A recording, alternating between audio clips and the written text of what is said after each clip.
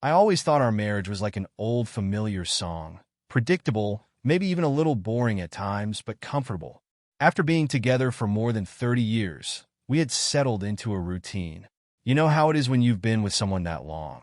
You stop saying I love you as often, stop going out on dates, and you think the other person knows how you feel without having to say much. I never imagined I'd be in the situation I'm in now, telling this story. But I guess no one ever does. It all started a few months ago. At first, it was little things. Jessica would get home later and later from work. She started paying more attention to her appearance. New clothes, more makeup than usual. And there were times when she'd stare off into the distance like her mind was somewhere else. I didn't think much of it. I mean, we're older now. I figured maybe she was going through a phase, trying to feel younger. I'd never been the suspicious type, and to be honest, the thought of her cheating didn't even cross my mind. That all changed when our neighbor, Paul, mentioned something in passing. It was a Saturday morning, and I was out mowing the lawn when he walked over for a chat. Paul's a nice guy about my age, and we've been neighbors for years. We exchanged the usual small talk, how the Cardinals were doing, the weather, the aches and pains that seem to come with age. Then, he mentioned seeing Jessica at a cafe downtown with a man he didn't recognize. I laughed it off at first. Jessica was in marketing and met with clients all the time. It's probably nothing, I said, but something about the way Paul looked at me made my stomach churn. He wasn't trying to stir up trouble. I could tell, but the seed was planted. That night, I couldn't shake the thought. Who was she with? Why hadn't she mentioned it? Maybe Paul was mistaken, but it gnawed at me. I brushed it aside and decided not to bring it up with her. But after that, I started to notice more things. She'd smile when I came home, but the smile never reached her eyes like it used to. We stopped talking as much. The comfortable silences we used to share while sitting together after dinner felt colder now. I found myself replaying conversations, wondering if I'd missed something, if I'd ignored signs of trouble. The doubt crept in, and once it was there, it was impossible to get rid of. One day, I came home early from work. I had a half day, but I didn't tell Jessica that. I figured I'd surprise her and maybe catch a glimpse of what she was doing while I wasn't around. When I walked in, the house was empty. Normally, she'd be home by then, or at least she'd leave a note saying she'd be out running errands. But there was no note this time. I wandered around the house, and something didn't feel right. Her car was in the driveway, but the house was quiet. After checking the kitchen, I noticed the back door was slightly open, like it hadn't been closed all the way. I went outside to see if maybe she was in the garden, but she wasn't there either. That's when I saw it. Her purse, left on the patio table, and a glass of wine half drunk next to it. Jessica never left her things out like that, and she wasn't one to drink wine in the middle of the day. I looked around, trying to figure out what she could be up to. Then it hit me, she must have been meeting someone. I walked over to the fence that separates our yard from the woods behind our house. I could hear faint voices coming from just beyond the tree line. My heart started pounding in my chest as I moved closer. As I got to the edge of the trees, I saw them, Jessica and some guy I didn't recognize. They were walking through the woods, deep in conversation, laughing like they didn't have a care in the world. I stayed hidden behind a tree, watching them from a distance. They didn't do anything suspicious, but the way they were talking, the way she leaned into him, it wasn't the way you act with a coworker. They walked deeper into the woods, and I quietly followed, keeping far enough away so they wouldn't notice me. They eventually stopped by a small clearing where there was an old wooden bench. They sat down together, and I could tell by the way she looked at him that this wasn't their first meeting. I felt a mix of anger and nausea. I wanted to march up to them and demand answers, but I held back. I needed more proof. I couldn't let her talk her way out of this with some excuse about it being just a friend or a business thing. No, I needed to be smarter than that. The next day, I decided to do a little more digging. I didn't confront her, but I did something I hadn't done in years. I started checking her credit card statements. Jessica had always been the one to handle the bills, and I trusted her completely. But now, I was looking for anything unusual, and I found it. There were charges for dinners at restaurants I'd never heard of, hotel stays in our own city, and purchases from places that didn't add up. I knew we hadn't been to any of those places together. Then I had an idea. We had a shared desktop computer in the study, and Jessica never bothered to log out of her accounts. I wasn't proud of it, but I opened her calendar and started going through her appointments. Sure enough, there were meetings listed on days I knew she wasn't at work, and names I didn't recognize, like the one Paul had mentioned. Things were starting to fall into place, but I needed one more piece of the puzzle before I could confront her. The next few days passed in a blur. I went through the motions, acting like nothing was wrong, but inside I was watching her every move. Jessica seemed completely oblivious, going about her day as if everything was normal. But I couldn't shake what I had seen in the woods or the strange charges on her credit card. I knew something wasn't right. I just didn't know how deep it went. One evening, I decided to put my plan into action. I told Jessica I had a meeting with some old colleagues and wouldn't be home until late. I wanted to give her the chance to meet this guy again, to slip up. She didn't seem to think twice about it, just smiled and said she'd be home, probably catching up on a book she was reading. She'd been doing that a lot lately, retreating in her own little world, or so she claimed. I left the house, but instead of going far, I circled back and parked a few streets over where I could walk back unnoticed. I had this knot in my stomach the whole time, like I was about to cross a line I couldn't come back from. But I needed answers. I needed to see for myself what was going on. I crept back toward the house, sticking to the shadows. As I approached, I saw something that stopped me in my tracks. There was a light on in our study, the one we hardly used anymore. But that wasn't what shocked me. Through the window, I saw Jessica pacing back and forth on the phone, speaking in hushed tones. I couldn't make out the words, but she looked stressed, frantic even. I crouched down, trying to hear more. I could only catch snippets, words like papers and he'll find out. My heart raced. Was she planning something? Was this affair more than just a fling? Was she hiding something else from me? Something bigger than I'd imagined? I didn't confront her that night. I needed more.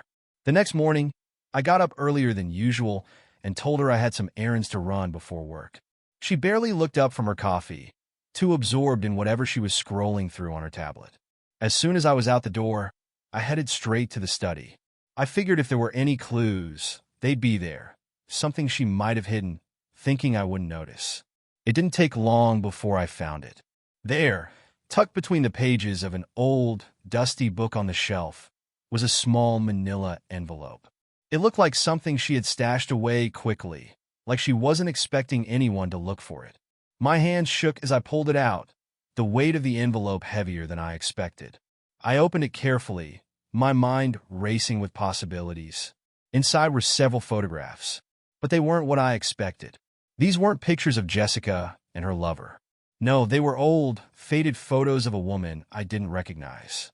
She looked familiar, strangely familiar, but I couldn't place her. There was something unsettling about the images. The woman was standing in different locations, all of them near landmarks I knew well. Our town's library, the local park, even in front of a small bed and breakfast on the outskirts of the city. But it was the last photo that sent a chill down my spine. It was a picture of Jessica, much younger, maybe in her 20s, standing next to that same woman. They were both smiling, arms around each other, as if they were close friends. But here's the thing. I had never seen this woman in my life, and Jessica had never mentioned her. Who was she? And why had Jessica hidden these photos? I stuffed the pictures back into the envelope and replaced it on the shelf. My mind was racing. This wasn't just about an affair anymore. Jessica was hiding something far more complicated. And that woman, why did she feel so familiar? I tried to carry on with my day, but I couldn't shake the feeling that I had just uncovered the tip of the iceberg. There were too many questions now. Who was the woman in the photos? Why was Jessica meeting strange men in the woods? And why did I feel like I had seen that woman before, even though I couldn't remember where? That evening, I couldn't stop myself from asking a question that had been nagging me all day. Jess, have you ever been to that bed and breakfast over by the lake? The one with the old garden? I asked as casually as I could. Jessica froze just for a split second, but I noticed. She turned to me with a smile that didn't reach her eyes. No, why would I? We've never been there together, have we? Her response was too quick, too rehearsed.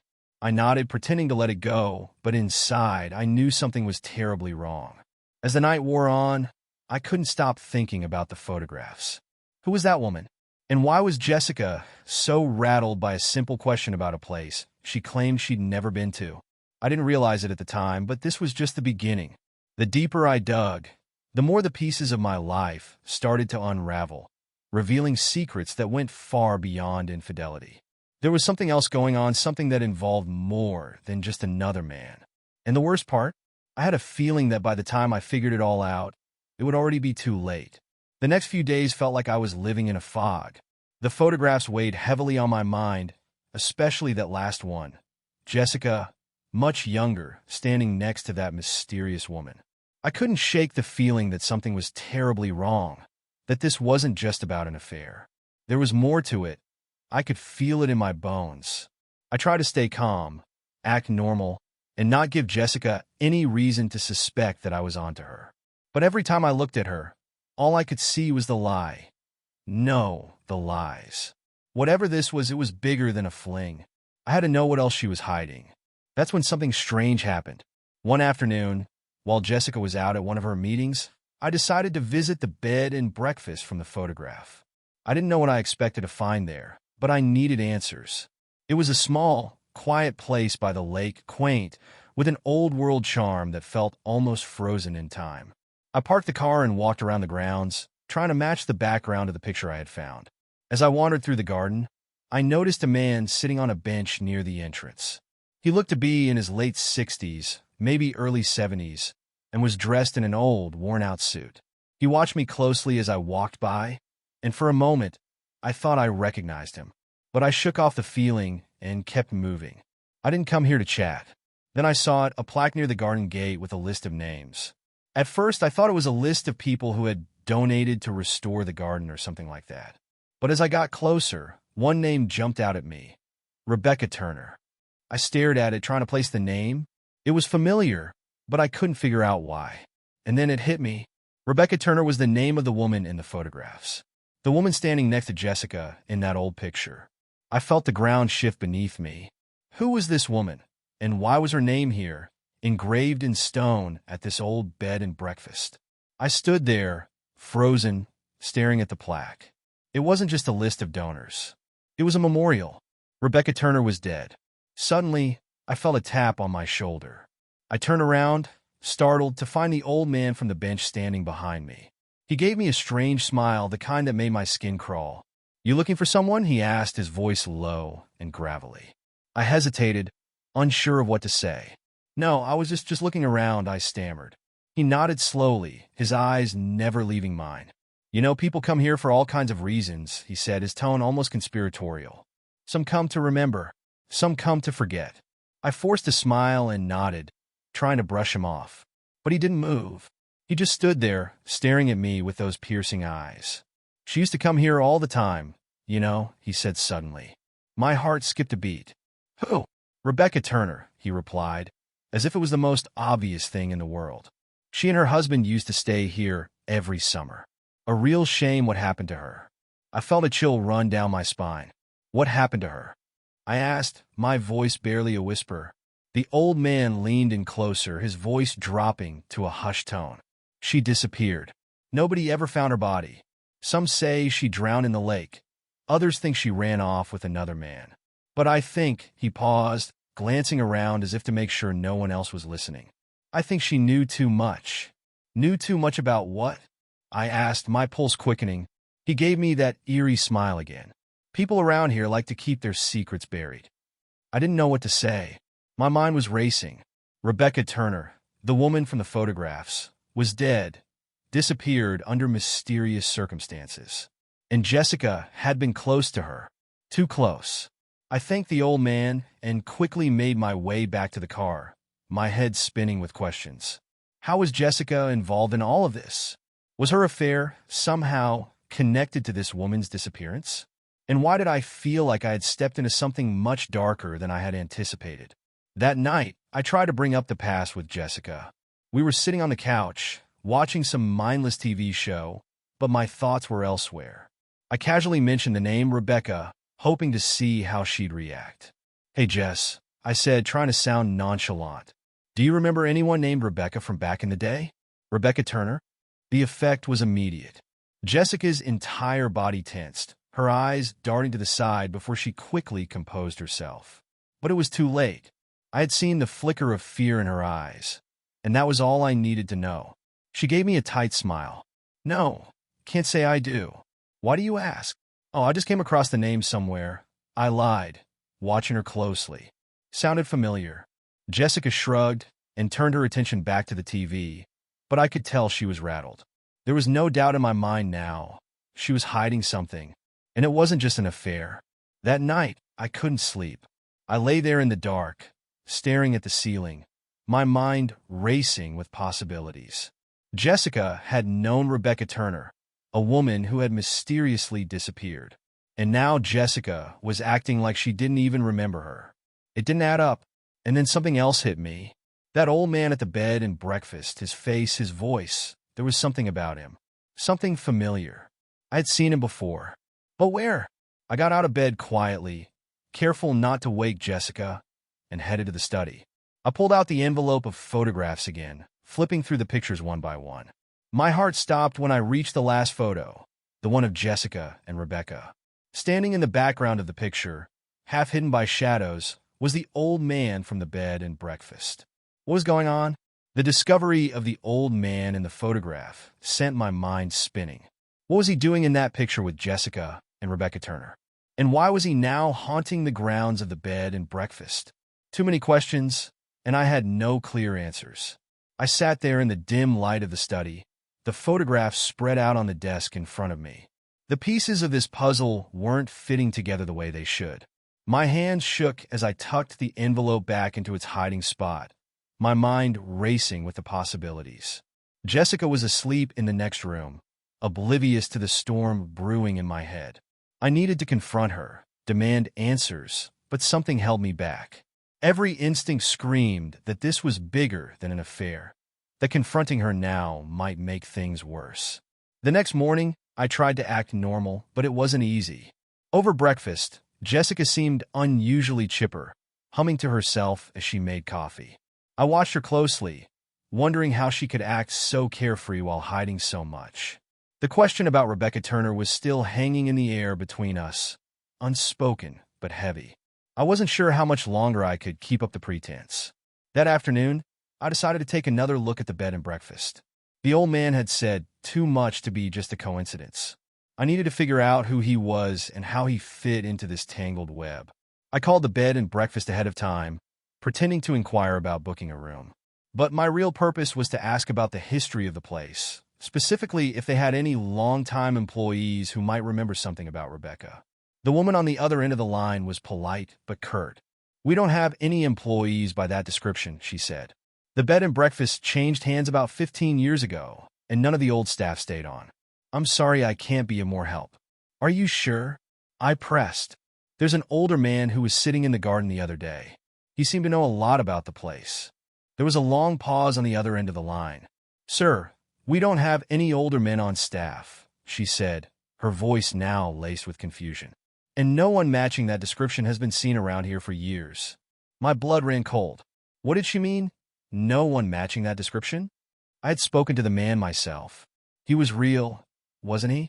I hung up the phone, a knot forming in my stomach. None of this was making sense. Who was that man? And why had he acted like he knew so much about Rebecca and her disappearance? And why hadn't the staff noticed him? With more questions swirling around in my head, I decided to dig deeper into the past. I visited the local library and started searching for anything I could find on Rebecca Turner. If she had disappeared, there had to be a record of it somewhere. After a couple of hours of combing through old newspaper articles, I finally struck gold. An article from 1985, buried deep in the archives, told the story of Rebecca Turner's mysterious disappearance. She had gone missing while staying at the bed and breakfast with her husband. Search teams combed the nearby lake, and police questioned her friends and family, but nothing concrete ever turned up. There was a picture accompanying the article, a grainy black and white image of Rebecca, the same woman from the photographs with Jessica. But that wasn't the only thing that caught my attention. The article mentioned that Rebecca had been staying with close family friends during her last visit to the bed and breakfast. It didn't name them, but the implication was clear. Someone close to her had been there during the trip. Someone like Jessica. I slammed the file shut, my mind reeling. How was Jessica connected to all of this? And why had she never mentioned it to me? It wasn't just the fact that she had hidden this part of her past. It was the feeling that she had buried it so deeply, even from herself. That evening, I tried again to get her to open up. We were sitting on the porch, watching the sun dip below the horizon. The air was thick with tension, though Jessica seemed blissfully unaware of it. "Jess," I said, keeping my voice casual, "I've been thinking a lot about Rebecca Turner."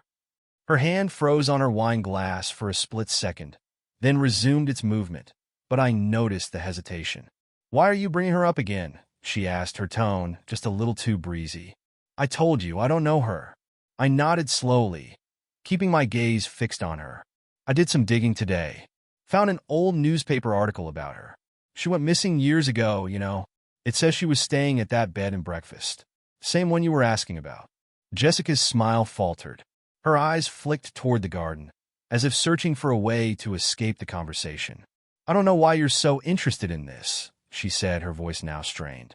"It's just a sad story. What does it have to do with us?" I stared at her, trying to read her expression. She wasn't giving anything away. But I wasn't done. The article said Rebecca was staying with family friends the weekend she disappeared. Jessica didn't respond. She set her wine glass down and stood up abruptly. "I'm going to bed," she said, her voice clipped. "I don't want to talk about this anymore." I watched her go, my heart pounding in my chest. Her reaction said more than any words could. She was hiding something, and it wasn't just about Rebecca Turner's disappearance. As I lay in bed that night, a thought crept into my mind. What if this wasn't just about Jessica's affair? What if it went back further than that? Something from her past that she had never dealt with. Something dark enough to destroy everything if it ever came to light? And then there was the old man. How did he fit into all of this? Was he really just some ghost from the past, or was there something more sinister going on? I woke up the next morning with a new resolve. I had to find that man again. If he was the key to understanding what Jessica was hiding, I needed to speak to him. But when I drove back to the bed and breakfast that afternoon, he was nowhere to be found. The garden was empty, the bench where he had sat abandoned. I asked around, even spoke to some of the guests, but no one had seen him. It was as if he had never existed. I stood there in the middle of the garden, staring at the plaque with Rebecca's name on it. I didn't know what I was looking for anymore.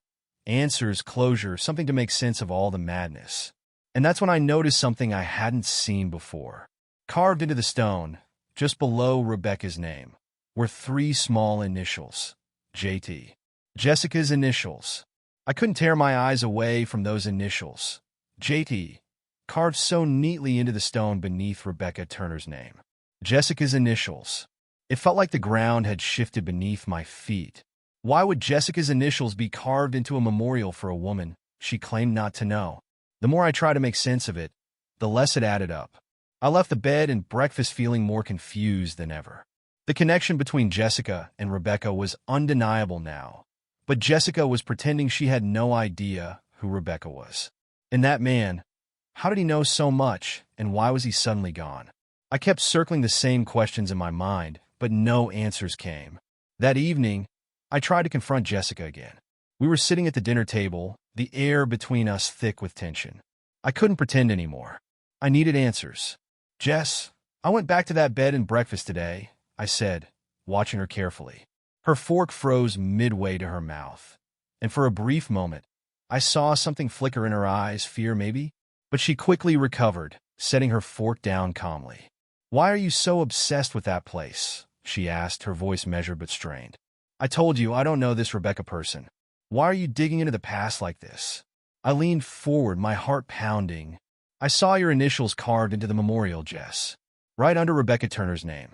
Why would they be there if you didn't know her?" For a moment, Jessica just stared at me, her face pale. She didn't say a word, but her eyes told me everything.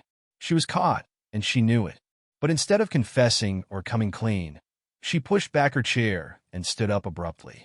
"I don't know what you're talking about," she snapped, her voice shaking. "This is crazy, Mark. You're losing it. Maybe you're seeing things that aren't there. You've been acting paranoid for weeks now." "Paranoid?" I shot back, standing to face her. "You've been lying to me, Jessica. You think I'm stupid? I found the photos. I've been to the bed and breakfast. And that man, I talked to him, the one who told me all about Rebecca. He knew you, Jess. So don't act like I'm making this up. Her eyes went wide, but she recovered quickly, her expression hardening. What man? There's no man. You're imagining things. Maybe you've been working too hard. You need to stop. I shook my head, feeling the frustration boiling over. No, Jess. This isn't just about an affair. This is about something bigger, something you're hiding from me. That woman, Rebecca, she's connected to you, isn't she? And I'm going to find out how. Before I could say anything else, Jessica stormed out of the kitchen, slamming the door behind her. I stood there, breathing heavily, feeling a mix of anger and confusion. She was hiding something, and the more I pushed, the more she resisted. But now, there was no turning back. I was going to dig until I found the truth, no matter how deep it went. The next day, I decided to go back to the library. There had to be more to the story of Rebecca Turner's disappearance. The article I had found earlier had been helpful, but it was old and it barely scratched the surface. I needed to know more about her life, about her connection to Jessica, and why her name was engraved on a memorial in a place that seemed to hold so many dark secrets. After hours of searching through old records, I found something, an obituary. It wasn't for Rebecca Turner, but for a man named Thomas Lane, who had died around the same time as Rebecca's disappearance. The obituary was simple, almost too simple, listing only his date of death and a brief note that he had drowned in the same lake where Rebecca had gone missing. The name didn't ring a bell at first. I almost glossed over it, thinking it was just a coincidence. But then I noticed something else, a note at the bottom of the obituary, mentioning that Thomas Lane had been the groundskeeper at the bed and breakfast for over 30 years. He had worked there right up until his death. My heart skipped a beat. The man I had spoken to at the bed and breakfast, he had to be Thomas Lane. But how was that possible? He had died decades ago. Suddenly, a new thought crept into my mind, one I didn't want to entertain. Was it possible that the man I had spoken to wasn't real? Was he a figment of my imagination? Or worse, was I seeing a ghost, a piece of the past that refused to stay buried? I left the library, my head spinning. Things were spiraling out of control, and I couldn't tell what was real anymore. I had spoken to that man. He had given me information, pointed me in the right direction. But now it seemed like he had never existed. And Jessica's connection to Rebecca.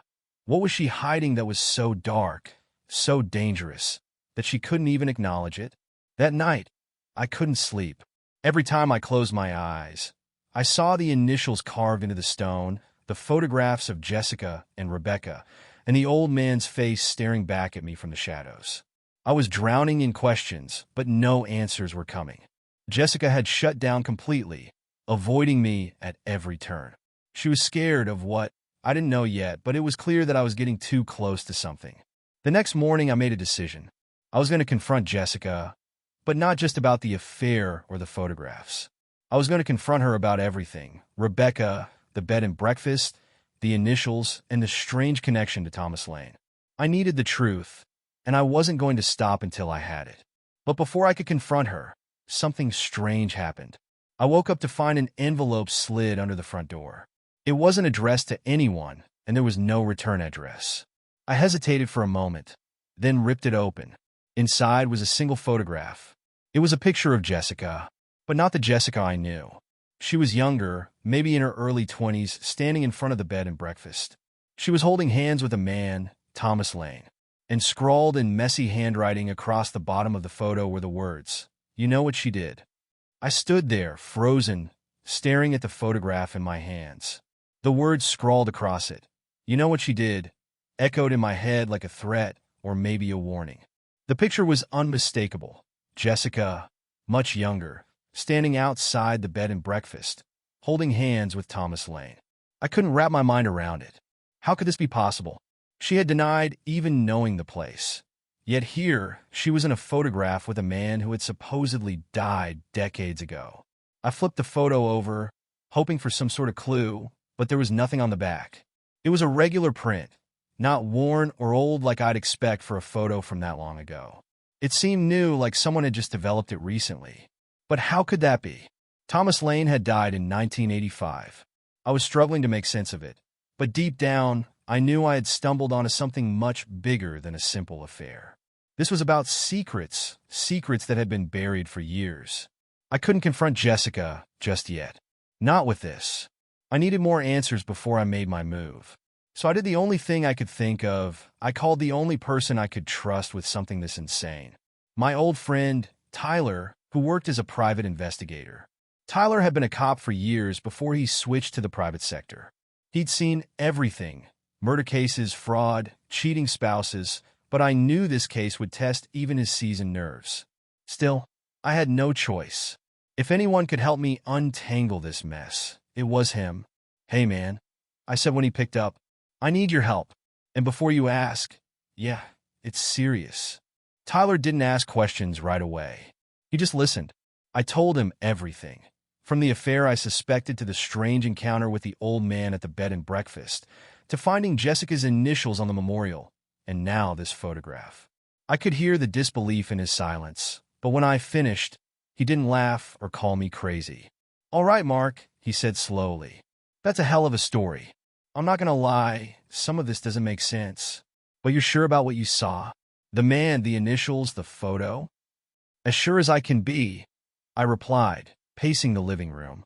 "I know it sounds insane, but I'm not imagining this."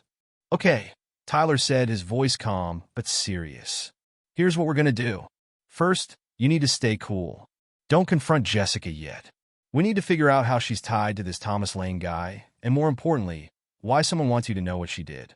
I'll start looking into Thomas Lane, see if there are any records on him, maybe even talk to some of my old contacts. As for Jessica, we need to be careful. If she's involved in something from way back, there's a reason she's kept it hidden all these years." I nodded, though he couldn't see me. "Yeah, I get it. But what if this is all connected to the affair somehow? That's the other thing I'll look into. Maybe the affair is a distraction, or maybe it's part of the bigger picture. Either way, you keep playing it cool at home. Don't tip her off that you're onto anything. I'll call you as soon as I find something." We hung up, and I felt a small weight lift off my shoulders. At least now I had someone on my side. Tyler would dig into the past and figure out what was going on. But that didn't make the waiting any easier. I spent the next few days in a state of constant anxiety, trying to act normal around Jessica while I waited for Tyler to get back to me. Jessica, meanwhile, seemed oblivious to my growing suspicion. She was more distant than ever, but that wasn't unusual given our recent tension. She went through the motions, making dinner, watching TV with me in the evenings, but there was something mechanical about her actions. It was as if she were on autopilot, going through the routine of being my wife without any real emotion behind it. Then one evening, something strange happened. I was sitting in the living room, pretending to read, while Jessica was upstairs. I heard a sound from outside, like a car engine idling. At first, I didn't think much of it, but then I realized the sound wasn't going away. I got up and peeked through the blinds. Sure enough, there was a car parked just down the street, its headlights off but the engine running. A cold chill ran down my spine. I couldn't make out the driver, but someone was definitely sitting inside, watching the house. I watched the car for a few minutes, wondering if I should go outside, but then, without warning, it sped off down the road and disappeared into the night. I closed the blinds and sat back down, my heart racing. Was I being paranoid, or was someone actually watching us? I decided not to tell Jessica. I didn't want to spook her, or give her an excuse to start asking me questions. Instead, I called Tyler the next day to let him know what had happened. "You think someone's following you?" he asked, his tone serious. "I don't know," I admitted, but it felt off. The car was just sitting there, watching the house. Tyler paused for a moment before answering. "I wouldn't dismiss it, Mark. If Jessica's hiding something big, there's a chance someone else knows about it too, and they might not want you digging into it. Be careful." Over the next few days, I kept an eye out for the car, but it never showed up again. Maybe it had been a coincidence, or maybe I was just losing my mind from the stress of everything. But I couldn't shake the feeling that I was being watched. Then, a week after my call with Tyler, he finally called me back. "I've got something for you," he said, his voice tense. "And you're not going to like it." "What is it?" I asked, feeling a knot form in my stomach. "I dug into Thomas Lane just like you asked. Turns out, he wasn't just the groundskeeper at the bed and breakfast. He had a record, an arrest in the late 70s. Guess what for?" I didn't answer. My throat was dry. Assault, Tyler continued. Specifically, against a woman named Rebecca Turner. The words hit me like a freight train. Rebecca Turner. The same woman who had disappeared. The same woman Jessica had been photographed with. Mark, Tyler said, his voice grim. I think we're dealing with something much worse than an affair. Tyler's words lingered in my head long after I hung up the phone. Thomas Lane had assaulted Rebecca Turner. It was no longer just a suspicion. This was something much darker than I could have ever imagined. And Jessica was tied to it, whether she liked it or not. I paced around the house, the pieces of the puzzle finally starting to come together.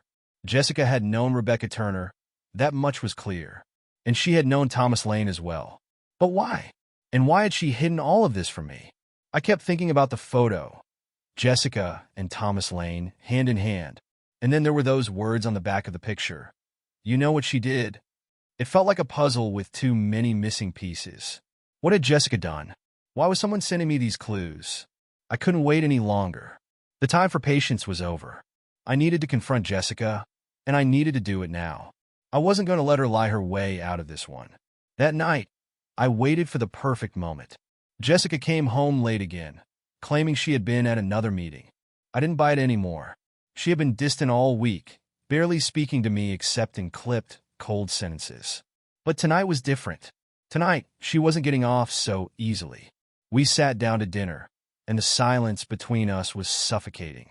I could feel the tension in the air, but I was done waiting. I pushed my plate aside and looked Jessica straight in the eye. I know what happened with Rebecca, I said, my voice low but steady. Jessica froze, her fork hovering in midair. Her face paled, and she set the fork down carefully, avoiding my gaze. What are you talking about? She asked, her voice tight. I leaned forward, not breaking eye contact. Thomas Lane. You knew him, and you knew Rebecca Turner. I know what happened, Jessica. For the first time in weeks, I saw a genuine fear flash in her eyes. She opened her mouth to speak, but no words came out. Instead, she stood up abruptly, knocking her chair back in the process. I don't know what you think you know, but you need to stop, she said, her voice shaking. You're digging into things you don't understand. Oh, I understand plenty, I replied, my anger rising.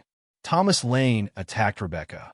You were there, and now someone's sending me pictures, telling me that you're the one who did something. So, what did you do, Jessica? What are you hiding from me? Jessica took a step back, her face as white as a sheet. She was cornered, and she knew it. There was no way out of this now. It wasn't supposed to happen, she whispered, her voice barely audible. It was an accident. I felt the air leave the room. What was an accident? I asked, my voice soft but insistent. Jessica collapsed into the chair behind her, her hands trembling. Rebecca, she found out about Thomas. She found out what he had done to other women. She wanted to go to the police. I tried to stop her. I didn't know what else to do. My heart pounded in my chest. Stop her? How? Jessica's eyes filled with tears, but there was no escaping now. We fought. She was going to leave the bed and breakfast and tell everyone. We were by the lake. I didn't mean to push her so hard. She fell into the water. I just watched. I didn't help her. The room seemed to tilt. Rebecca's disappearance. Jessica had been there, had witnessed it, had caused it. My mind struggled to grasp the weight of what she was saying. Why didn't you tell me? I asked, my voice breaking. Jessica's face twisted in agony. Because I was scared. I didn't mean for it to happen, Mark. I didn't want her to die. But once it happened, Thomas helped me cover it up. He told me no one would believe it was an accident. So we buried it. All of it. I stood up, unable to stay seated any longer. The woman I had married, the woman I had shared my life with, had been hiding something like this from me for years. She had let an innocent woman die, and then she had moved on with her life as if nothing had happened. And I had been blind to all of it. But now, I had a choice. I could forgive her. I could try to move past it, pretend like the life we had built wasn't built on lies. Or I could leave. I made my decision. You need help, Jessica, I said, my voice cold. But I can't be the one to give it to you. You killed someone, and you've been lying to me ever since. I can't stay with you anymore. Jessica's eyes widened in shock, her tears spilling over. Mark, please. No. I interrupted, shaking my head. You need to turn yourself in. It's the only way you're ever going to move past this. But I'm done. I walked out of the room, my heart heavy but resolute. I packed a suitcase, not bothering to say another word to her. Jessica tried to stop me, pleading with me to understand, to stay, but there was nothing left to say. She had destroyed everything. As I drove away from the house that night, I felt a strange sense of relief. The weight of the secrets had been lifted.